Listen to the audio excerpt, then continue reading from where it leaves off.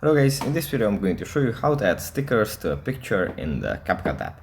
But before that, don't forget to subscribe and leave a comment down below, because at 10,000 subscribers I'm going to show you my whole YouTube revenue statistics and growth strategy.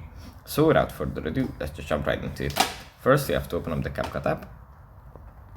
And here it opens up in the edit menu. From here we just go into the top left corner, tap on photo editor, and then select the picture from our gallery that we would like to edit. For example, this one, then tap on add,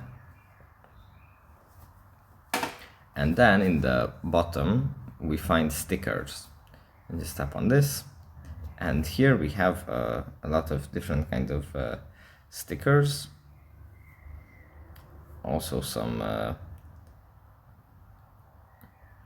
lot of interesting ones. You can just go through them. But then we can just tap on one and we can add it very easily. So yeah, that's pretty much it for this video. Hope it was helpful for you guys, and I'll see you in the next one.